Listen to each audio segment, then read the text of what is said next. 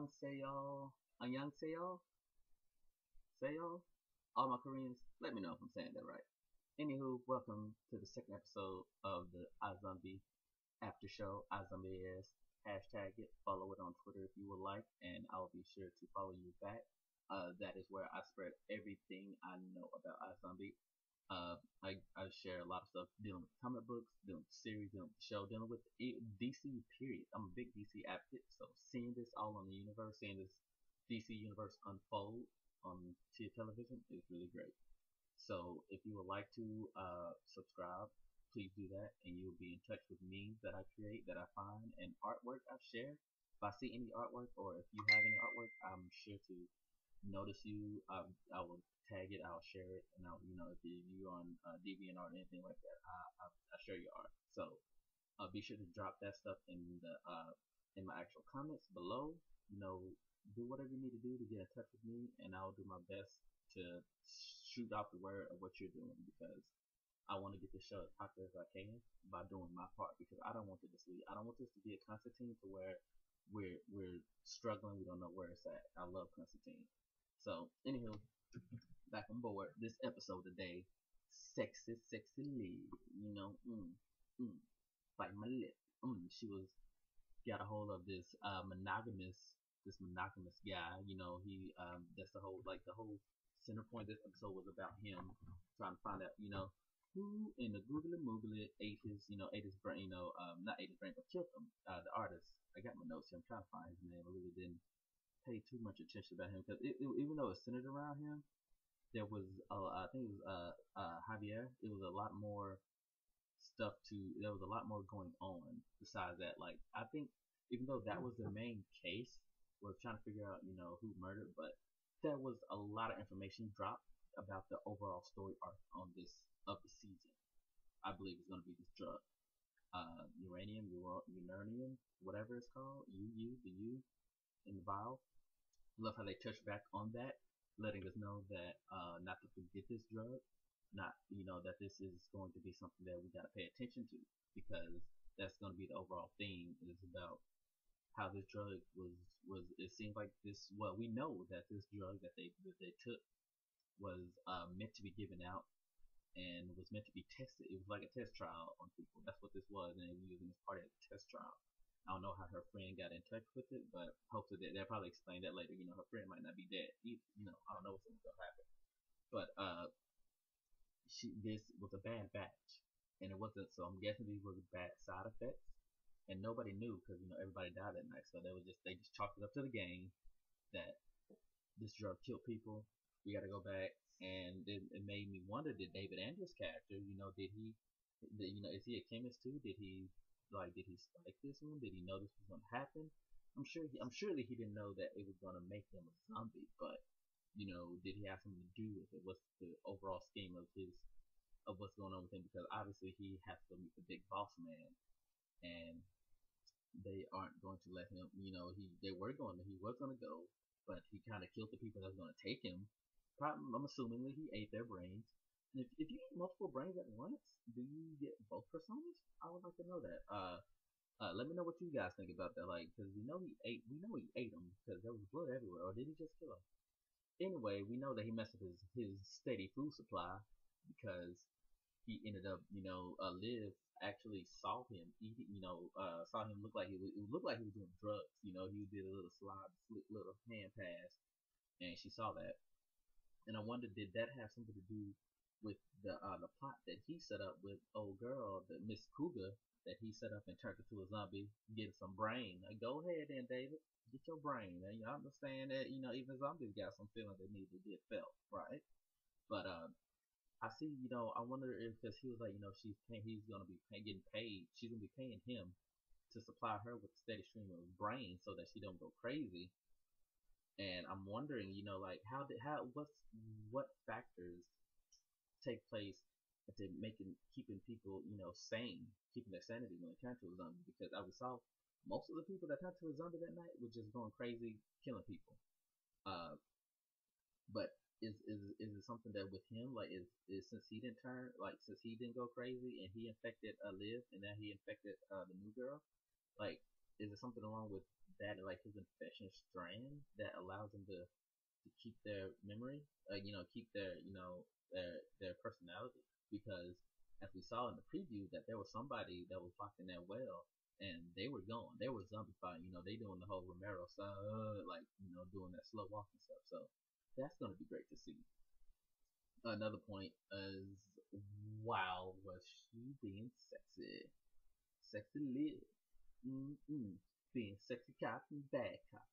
I found that was pretty funny. Like I like that. I like how she had like there was good chemistry today. Like I'm figuring we're gonna get a lot of different types of chemistry with Liv and Malcolm. I think we're gonna get Clive is the actual character name. I think we're gonna get a lot of different types of chemistry because obviously she takes on every persona that she gets, and he definitely did not see this coming. Her being all sexualized and mm, let me grab your hand, girl. I was like, whoa, we got a little bit of lesbian loving, and she was digging it too. Like, oh girl, she was like rubbing all in each other's hand and stuff. Like, we just we on a question. Like, we doing questions. I'm with the police. You don't know me, and you over here grabbing my hand like that. Then I'm gonna let you grab it though. Like, that was like just seeing that. It was really funny seeing that. And then she like her actual like personality called back in. She's like, oh wait, you can't keep touching me. What are you doing? Do it again. Like it was real nice. It was real nice seeing that like her take on that personality, and I can't wait to see the different personas that she gets and how she actually portrays them and acts them out because she did a really good job. Again, like all today, everybody was spot on today. I didn't feel like nobody was really off. Even Major, he as of so far besides the mother, I really don't care for Major, but seeing how he responded to how she acted was really good. Like that was really good because I don't think they have a chemistry together, even though they're fiancés at all. I don't see like a romantic chemistry between them whenever they're on stage. Not on stage, but on the screen together. But seeing those two and that last scene to where she was saying, sometimes the passion takes control. She kept eating the brain so that she can see the world vividly, and it was like, she went over there. She let her emotions got take over, and he threw that out the window. He wasn't having it. He was like, I got Dying Light, Miss Dying Light over here. I play Dying Light with two players. I don't need you right now, boo boo. Okay, I can do this on my own with her. Not a 3-player game. It's only a 1-player, 2-player game, even though it's not a 2-player game on the same screen. Anywho, that was nice seeing how he responded to it because I think that's how rationally any guy, well, not really because any other guy will probably try to get some of that zombie. They'll try to get some of that zombie head. But he seemed like a nice, upstanding guy, so he was like, no, we can't do this. You're acting weird. You've been acting strange all day. First you didn't like this music. Now you're loving this music. You trying to get mixtape. You don't want no mixtape. You know what you want, Liv. You ain't trying to have no mixtape. Trying to make him mix something else up with you. Trying to record, mix. You want to make some other tapes with your little zombie freak self when you eating those brains. Because she's always very sexual. So like obviously like when in the brain it affects everything. So I'm sure somewhere down the line he was like, you know what, take me back. And she's like, look, dude, I'm all out of passion brain, the brain passion food, because it makes her really passionate. So she's not gonna have those feelings no more, and she's not gonna be that sexually driven feeling on emotionally. Just she's gonna be more rational depending on what she eats, because obviously whatever she eats, you are what you eat. She's gonna turn it. She's gonna take that persona. But she saved it, so we don't know. We don't know how much of that brain she has left, because we actually see that she just, she has some in her refrigerator. But anywho, back at the actual storyline at hand, we see that she looks like she's getting better control of her zombie powers. When he gave her the zombie hug, she like kicked in, broke it off, came back without actually having to have somebody call her name to bring her back. So it seems like she's, or maybe an adrenaline thing. Like if the adrenaline is high, she can't control it. The less adrenaline that kicks in, that fuels her full on zombie mode, then she can control it. So we'll see what goes on there. But it was really nice. I love seeing Rahul, aka Dr. Ravi, and Malcolm on screen together. Team Z going in doing the things. You get the questions. I get the ladies. Perfect harmony. He over here taking up the girls. He over here stopping boyfriends. He's over here doing what he gotta do because he's Dr. Robbie. He just don't pull out brains. He pick apart brains with his mouthpiece. He gets his because he loves the ladies. I really like how they did that. I really like the comedy that Dr. Robbie brings to the screen. Even Clive's character is very sarcastic. Like he has a sarcastic undertone about everything. So I like that. It's still lighthearted. It's not a hardcore, police drama 332. But it's a nice lighthearted drama. They know what they need to do. They're focusing on the zombie thing, but they're still doing cop stuff. And it wasn't that apparent. Well, they keep it like so. They took him to the questioning room, and they still do the cop thing, but they're definitely showing that there's a lot more than just being a cop here. She's trying to identify who she is and what she is and what she's doing. And then shout out to my girl Judy. Judy, good job. Haven't seen. I didn't watch her other series. Devious Housewives or Devious Housemaid. I didn't watch that. But shout outs, give shout outs to Scrub. That's why I remember you are being a part of my big part of my life. With Chocolate Bear in the game. I'm glad she did a great job. And as he said, it's always the wife. And she was like, "We're monogamous. We don't do none of this." But she going around killing people and got other people wiping blood that she thought was paint on their face off. We ain't trying to hear all that. We know what you got going on, killing people and stuff. But that was good. He kept on saying, "Harken the whole. It's always a wife. It's always a wife. It's always a wife." And I'm like, y'all saying that too much. It's not gonna be the wife. It's gonna be. I honestly thought it was gonna be. I thought it was gonna be the because it had motive. The actual. I can't think of his name, but he was the owner of his art, and he was selling everything skyrocketed. So I was like, bam, you got motive. Book him, cuff him, motive, making more money because he's dead. And they had a little slick comment, he worth more money than dead and alive, blah blah blah. So I thought it was gonna be him, but the other nice little curveball that they threw was saying that it was the wife, which is what they said in the first place. So they kind of shot that out there. So it was good. I like how they did that. She did a great job as always. I was very happy with her. With her character, she's still a great actress. So follow her. Hopefully she keeps doing stuff. I don't know if her show is still on E or the Lifetime Network, wherever that show is. But shout outs to her. I'm glad she's still doing okay, still looking young and beautiful as always. Let's see. David Anders did a great job. We actually, as I said, we got to see his character a lot more. He's going to be what everybody's been referring to as the Spike of from Buffy. That he is a Spike. Not only does he look exactly like Spike, but he's doing that good character, bad character thing, like where he's the anti-hero style. Like he's gonna do whatever that's gonna benefit him, as he said. As he's gonna be getting that money from the cougar who he sexed up, got some brain from. He's gonna be getting money from her. He's obviously gonna be doing something to try to run this company or overthrow this company, overtake this company, as well as is trying to get an angle over on Liv so that he can get a fresh supply of brains to get everything and so that he can stay sane without causing a big scene. So his character gonna have some amazing character development coming along down these 12 episodes that we have. And then you got let's see here what I got down here. We already talked about a little major. What I like said, what the same thing I don't like. That my one little harper that I don't like about the show is that in this place that they live, it just must be really casual to see super albino people with platinum blonde hair and dark undertone in their eyes because if I see somebody like that up in Arkansas, I'm gonna think they're a zombie. I'm gonna think something is really wrong with this guy. He's got cancer on his last leg. I don't want cancer, or I don't want the cancer AIDS. I don't want to deal with this guy at all. But David got that game and he's spitting and he's going and pulling ladies in there. He's spitting game. He's getting head, turning people into zombies. And like nobody cares. Like nobody cares that they're albino, which is great.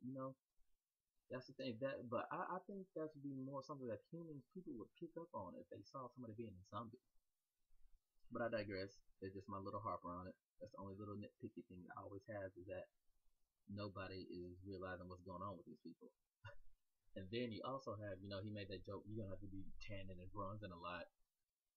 didn't Liv buy like a shit ton of bronzer in the first episode and still has not used that bronzer yet? You just wasted all that money. She must have had coupons or something. Going coupon and getting some good old rub it up dub, make my skin look nice, even though she's not using it on her skin. But another thing, they had some good art. The art was actually, it was fleek. It was actually really good art. They so shout out to all the actual artists who drew that stuff. Shout out to the people. That's really good. And then we seeing Liv over here, with that strong jaw, with that historic jaw, the historic jawline, and the soft, pointy, accessy nose. Like I'll use all these descriptive words on your body, on your body part, seeing her like her take control and drawing that and everything. It's really good. It's like I'm love seeing her like these powers or unique talents that she's getting from everybody. It makes me wonder who she's gonna get next or what she's gonna get throughout the season. I hope she gets somebody that can dance because I would love to see like Liv actually like tap dancing or like break dancing or something. Like it would be great to see that. And like I said, seeing the doctor, like the chemistry of everybody all together is working well on the show. Even though we didn't get to see too much of her sister slash roommate or whatever, she came in and she was like, "Oh, should I leave?" Like, I like her. I like her character. Like, I hope to see more of her. I can't think of the actress name right now, but I hope to see more of her. I think it's like Anita or something, or Allie, maybe Allie, something like that. I hope to see more of her. We didn't see the brother. I want to see more of the brother too, because the brother seemed to be on Liv's side about everything, even though he's the youngest. So I'm ready to see these. I can't wait to see these other characters. I know we're only on episode 2, but I'm super anxious for this. Like this series in general is so good. But there's a few other things. Like I said, Major, he did okay job. He got a good taste in music. I give him that. I can't wait to see. There's a lot of plot points everywhere that's going to be developed here, so I'm excited to see where they're going and what's going to happen with these plot points. And the overall arc, of course, it has to be this whole, at least for the first season, it has to be this zombie, this uranium or whatever it's called. Anywho, feel free. That's kind of be all I'm talking about right now. Make sure you follow me at iZombie AS and become part of the horde. A lot of other iZombie Twitter handlers we've created a thing called the Horde. So hashtag iZombie Horde. Become part of the Horde. Spread the word on the show so that it gets out to everybody. If you're leaving, if you're going home, you got to go to church or you got to do something on your Tuesdays. Leave this channel on, DVR it so that people see, so that it gets that one view, because it could be one view that changes it from from them getting the next 12 episodes that they need to make a full season and not. So far, I was looking at some of the IMDb. It got rated higher. Episode 2 got rated at 8.9, and episode 1 got rated at 8.3. So statistically, on IMDb, that is doing well. Uh, on the first episode, it was well received, but they did put out a lot of money. It did air, like they threw commercials everywhere. I saw a commercial on another channel today about iZombie, and they even played one through in The Walking Dead. So it's like they're throwing it everywhere, and they spend a lot of money to do that. So hopefully that it's going to receive well enough so that it will be worth it. I'm hoping that people, because I think Walking Dead is going to be over after this week, so hopefully we get a lot of people that need their zombie fix will start watching the CW on Tuesdays. So if guys, we got friends that watch The Walking Dead. If they need a zombie fix, tell them, come watch this. It's a different style of zombie, but you're gonna enjoy it. It's a lighthearted. You still get your blood and gore, but it's lighthearted. It's funny. You got people making jokes. It's a great show. So spread the word as much as you can to get this out there, and hopefully we as a horde can keep this going, keep it growing, and we make something happen of this, because it takes each of us to make sure this show goes on if you enjoy it. That's all I have to say today. I might post up a few other videos during the week. Like I said, I'm gonna be posting stuff all during the week on Twitter. So make sure you follow me if you want to be in on all the iZombie news. Catch you later. Much love. Peace.